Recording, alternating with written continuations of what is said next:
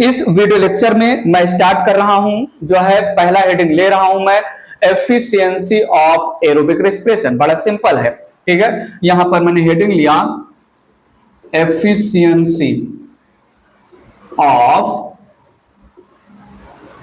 Aerobic respiration. Efficiency of aerobic respiration. Aerobic respiration में complete oxidation of glucose से जो energy हमें मिल रहा है, ग्लूकोज से कितना एनर्जी हमें, कितने परसेंटेज में हमें एनर्जी मिलेगा, ये हम यहां पर फाइंड आउट कर रहे हैं। थोड़ा सुनिएगा, need your attention. 1 molecule of glucose, जल्दी बताइए प्लीज, 1 मॉलिक्यूल ऑफ ग्लूकोज के पास कितना किलो कैलोरी या कितना किलो जूल एनर्जी स्टोर होता है, हमने ऑलरेडी बता चुके हैं। स्टोर्स 686 किलो कैलोरी या 2870 किलो जूल एनर्जी। बात पकड़िएगा, ठीक है। सो एक ग्लूकोज मॉलिक्यूल के पास इतना किलो कैलोरी या इतना किलो जूल एनर्जी है। और थोड़ा देखिएगा यहां पर 1 एटीपी मॉलिक्यूल, एक एटीपी मॉलिक्यूल के पास होता है 8.15 किलो कैलोरी, जो प्रीवियस अगर हम माने, ठीक है, यहां पर नहीं मेंशन कर रहे हैं, आगे मेंशन कर देंगे। 8.15 किलो कैलोरी या फिर जो है 34 kilo joule energy, kilo joule energy. So ATP का एक मॉलिक्यूल जो मुझे मिला, बनाया हमने इधर सबस्ट्रेट लेवल फॉस्फोराइलेशन या फिर ऑक्सीडेटिव फॉस्फोराइलेशन करके, एक एटीपी का मॉलिक्यूल जो हमने बनाया उसके पास है 8.15 किलो कैलोरी या 34 kilo joule energy.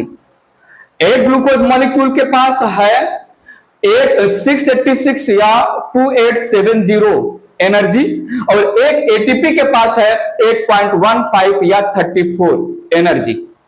Kilo calorie और जूल में समझ लेंगे। तो सुनिएगा यहां पर, अब अगर हम बात करें इन एरोबिक रेस्पिरेशन,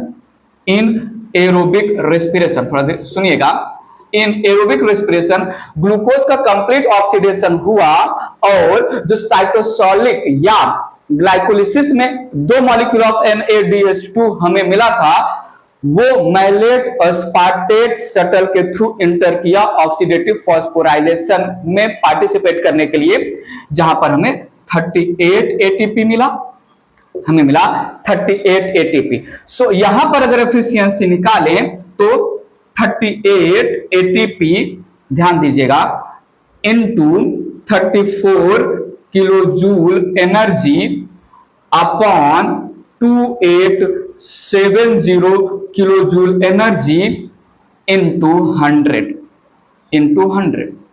ठीक है। 38 एटीपी के पास कितना, जो 38 एटीपी हमें मिल रहा है उसकी एफिशिएंसी कितना है, तो टोटल एनर्जी है 2870 किलो जूल एक ग्लूकोज के पास। एक ग्लूकोज को हमने ब्रेक किया तो 38 एटीपी मिला, एक एटीपी के पास 34 किलो जूल एनर्जी होता है, तो ये आ जाएगा, थोड़ा सुनिएगा, 1292। आप भी कैलकुलेट कर लीजिएगा, अपॉन 2870 इंटू 100।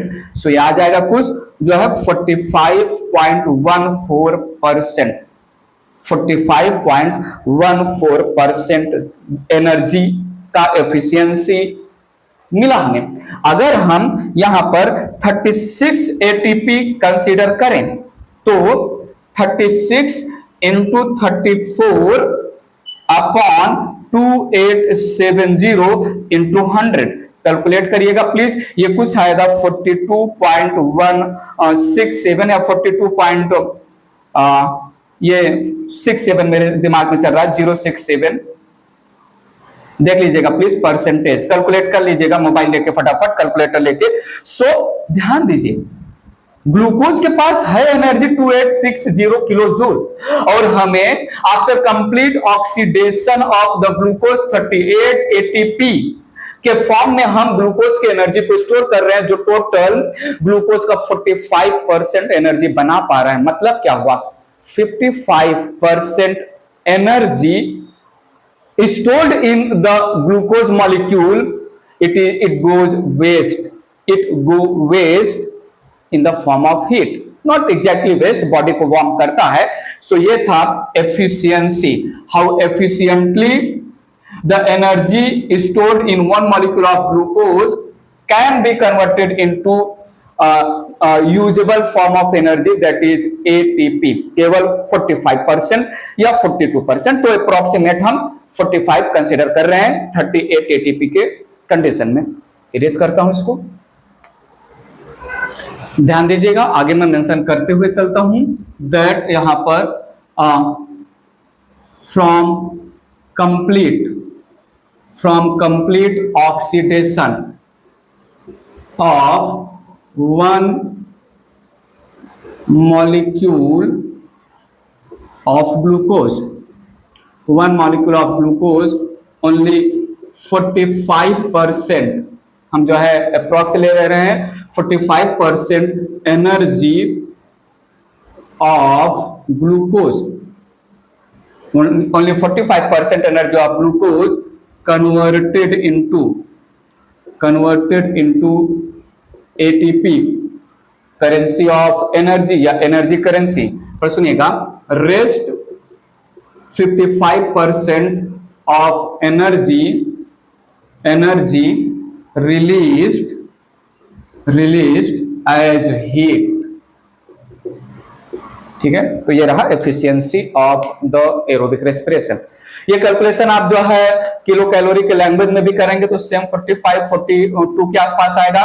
किलो कैलोरी के लैंग्वेज में मतलब क्या, 8.15 इंटू 38 ATP अपॉन 686.